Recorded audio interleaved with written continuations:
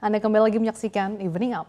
Presiden Joko Widodo menyatakan Indonesia siap menjadi bagian dari penanganan perubahan iklim dunia serta berkomitmen dalam kemitraan, kerjasama, dan kolaborasi global untuk menciptakan pembangunan yang berkelanjutan. Tidak hanya memaparkan usaha Indonesia dalam penanganan perubahan iklim, namun Presiden Jokowi mempertanyakan apa saja peranan yang bisa diberikan oleh negara maju bagi Indonesia dalam membangun komitmen penanganan perubahan iklim. Presiden Jokowi meminta negara maju untuk ikut berperan seperti memberikan transfer teknologi ke negara berkembang serta kemitraan yang lebih konkret agar penanganan perubahan iklim dalam mewujudkan net zero emission bisa segera dijalankan bersama.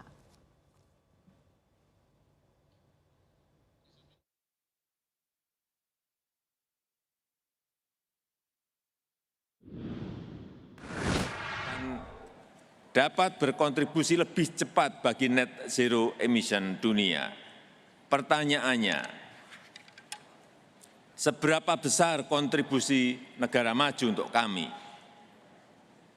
Transfer teknologi apa yang bisa diberikan?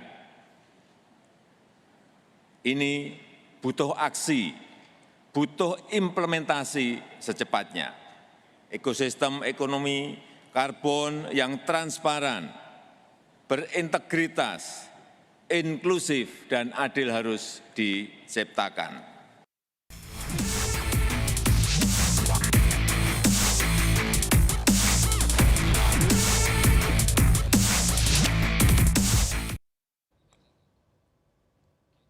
Indonesia memiliki komitmen untuk ikut andil di dalam mencapai netal karbon atau net zero emission dunia pada 2050 dan menjaga peningkatan suhu pada level 1,5 derajat Celcius. Komitmen ini diperkuat dengan perumusan sejumlah kebijakan khususnya di sektor energi. Lalu bagaimana sebenarnya kesiapan Indonesia dalam menyongsong green energy? Dan untuk membahas hal ini kita telah terhubung bersama Direktur Utama PT Sarana Multi Infrastruktur, Bapak Edwin Syahruzad. Halo, selamat sore Pak Edwin, apa kabar? Sore, kabar baik. Oke, Pak Edwin, kita tahu bahwa Indonesia ini kan berkomitmen untuk segera transisi energi ke energi yang lebih ramah lingkungan dan juga berkomitmen untuk mencapai net zero emission di tahun 2050. Nah, kalau pandangan Anda seberapa besar sih Pak potensi green infrastructure ke depannya nih? Dalam pandangan kami ya, pertama yang paling penting itu komitmen dulu. Komitmen pemerintah kan sangat kuat. Dan saya rasa kita tidak hanya berkomitmen, tapi juga kita telah mendeliver suatu upaya penurunan emisi karbon ya. Kalau dilihat dari historis 5 tahun terakhir. Jadi we are leading by example. Ya, itu satu. Nah, yang kedua, kalau ditanya upaya merealisasikan komitmen itu, kan ada dua sektor yang penting ya yang telah berkontribusi. Mungkin di masa lalu atau 5 tahun terakhir itu sektor kehutanan yang memegang peranan cukup banyak di dalam menurunkan emisi karbon tersebut. Nah, yang satu sektor lagi adalah terkait dengan energi yang diharapkan dapat memberi kontribusi yang lebih besar ke depannya. Saya rasa terkait dengan potensi green investment ini, khususnya untuk sektor energi, potensinya besar. Bukan hanya dilihat ya dari posisi saat ini, ya kalau dilihat dari bauran, penggunaan energi listrik misalnya, itu kan masih bauran kontribusi dari low carbon emission electricity generation masih sangat tinggi dan oleh karenanya dibutuhkan transisi ke arah lower emission energi dan itulah yang akan menjadi potensi green investment ke depannya. Saya pikir kalau dilihat dari kebutuhan, Ibu Menteri Keuangan juga telah menyampaikan kebutuhan investasi yang lebih dari 340 triliun, angka-angka di situ ya, untuk mencapai upaya penurunan target emisi tersebut ya.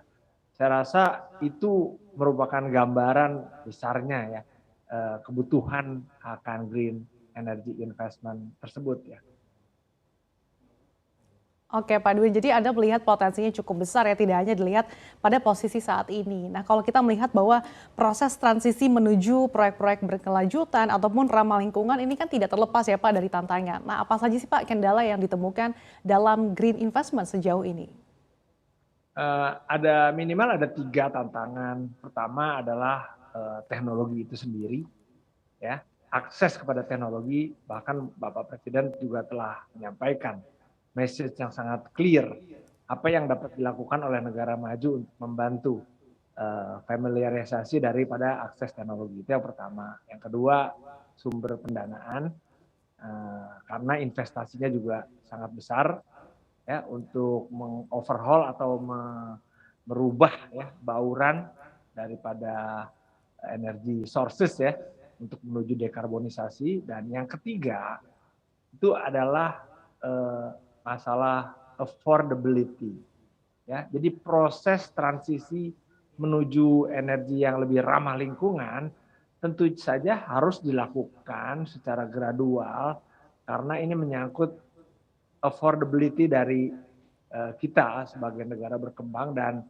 jangan lupa bahwa Indonesia sekarang juga perlu memprioritaskan pemulihan ekonomi ya. Jadi jangan sampai transisi energi ini ya justru menghambat upaya pemulihan ekonomi.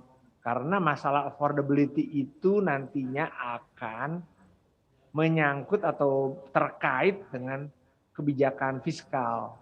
Apakah itu insentif, ataukah subsidi, atau tax ya, yang akan mengalihkan resources ya, atau investasi tersebut dari yang tadinya higher emission menjadi lower emission energy resources. Nah itu, saya rasa 3 tantangan itulah yang menjadi tantangan yang harus kita pecahkan dan kita carikan solusinya agar proses transisi ya energi tersebut dapat berlangsung dan seperti saya sampaikan tadi tidak juga mengganggu proses pemulihan ekonomi akibat pandemi COVID-19 ini. Oke, itu dia tadi ada 3 tantangan yang disampaikan oleh Pak Edwin, yang tentunya ini juga harus dilakukan secara gradual ya terkait dengan tadi affordability. Nah tadi Pak Edwin juga menyampaikan salah satunya ini terkait dengan pendanaan yang cukup besar. Nah apakah dengan yang kerap kali dikatakan ya Pak bahwa energi hijau ini biayanya juga cukup besar dalam pendanaan. Nah, sejauh ini kalau di lapangan sendiri seperti apa sih tantangan yang terkait dengan pendanaan yang cukup besar ini khususnya di green investment ini Pak? Ya, saya pikir ini mengimplementasikan suatu program energi transisi ya menjadi suatu konkretnya ya proyek hijau ya yang affordable itu butuh effort ya. Sebagaimana kita ketahui kalau yang namanya proyek energi atau proyek infrastruktur hijau itu kan pasti melibatkan dukungan daripada pemerintah ya. Itu yang pertama. Yang kedua, proyek infrastruktur itu juga harus dirancang ya sedemikian rupa ya agar menarik return on investnya kepada investor. Nah, di sini kuncinya ya bagaimana kita bisa mengemas suatu proyek ya, proyek hijau ya, proyek hijau, infrastruktur hijau yang di satu sisi dia juga masih affordable, tidak menimbulkan kenaikan harga deh bagi konsumen, tetapi juga tetap memberikan return yang baik kepada investor. Nah, di sini saya rasa kuncinya mungkin SME bisa berperan di sini karena kita telah berkali-kali terlibat di dalam penyiapan proyek KPBU. Nah, itu kan ujungnya kan di situ. Ke depan kami sih mengharapkan akan banyak proyek-proyek KPBU dengan tema green atau sustainability sehingga itu dapat meng-attract investasi atau investor untuk masuk turut serta di dalam membiayai atau mendanai proyek-proyek green energy atau green infrastruktur tersebut. Oke, jadi affordable tapi tetap memberikan return yang menggiurkan ya Pak tentunya. Nah, sejauh ini effort atau bentuk dukungan SME ini seperti apa sih Pak dalam green infrastructure dan juga green financing? Yang jelas kalau dilihat dari pilar bisnis, kami kan ada namanya pilar pembiayaan. Nah, dari sisi pilar pembiayaan, komitmen dari manajemen clear. Komitmen kita sangat kuat ya untuk mendorong pembiayaan ke arah infrastruktur atau hijau tadi. Ya, mungkin saat ini sih masih relatif kecil, tapi pertumbuhannya cukup signifikan. Sebagai gambaran pada saat ini komitmen pembiayaan kami ya ke sektor yang green tersebut ada sekitar 10 triliun ya. Kalau dibandingkan dengan aset kami yang mungkin sekitar 130 triliun, memang masih relatif kecil, tapi tumbuhnya juga sangat pesat. Itu yang pertama. Dan jangan lupa SME juga punya pilar lain, yang tadi pilar penyiapan proyek KPBU. Nah ini ya yang saya rasa bisa tampil ke depan untuk semakin banyak kita bisa mengoriginasi ya proyek-proyek hijau ya KPBU harapannya, dan itu dapat meng-attract investor. Jadi dua peran itu yang saya rasa cukup penting ya, dan SME dapat berkontribusi kepada peningkatan investasi infrastruktur green tersebut. Oke, Pak Edwin, dari 10 triliun tadi yang disebutkan, boleh dielaborasikan nggak Pak, ini proyek green infrastruktur apa saja sih yang telah mendapatkan dukungan pendanaan dari SMI? Saya mungkin angkanya lupa ya, tapi yang jelas itu proyek-proyek energi, apakah itu sektor kelistrikan ya, seperti pembangkit listrik tenaga air, pembangkit listrik tenaga solar, pembangkit listrik tenaga biomasa, ya pembangkit listrik tenaga angin, itu semua renewable energy sektor telah kami dalami ya, terlepas dari berapa besar kontribusinya. Nah, di lain itu juga ada keterlibatan kami untuk mendorong ya penggunaan atau investasi kepada sektor transportasi berbasis massa. Karena ini juga yang tidak kecil kontribusinya terhadap penurunan emisi global. Ya, karena pengalihan dari private car atau vehicle ya kepada transport publik yang berbasis listrik, saya rasa juga turut berkontribusi buat penurunan emisi ya. Kami terlibat dalam proyek LRT Jabodebek misalnya. Nah, itu salah satu juga yang kedepannya diharapkan ya dapat juga mempercepat proses penurunan emisi tersebut. Oke, jadi bisa dikatakan cukup beragam juga ya Pak dukungan dari SMI terhadap green infrastructure yang ada di Indonesia. Baik Pak Edwin, kita akan lanjutkan dialog lagi usai jeda dan jangan kemana-mana pemirsa, tetaplah bersama kami di Evening Up.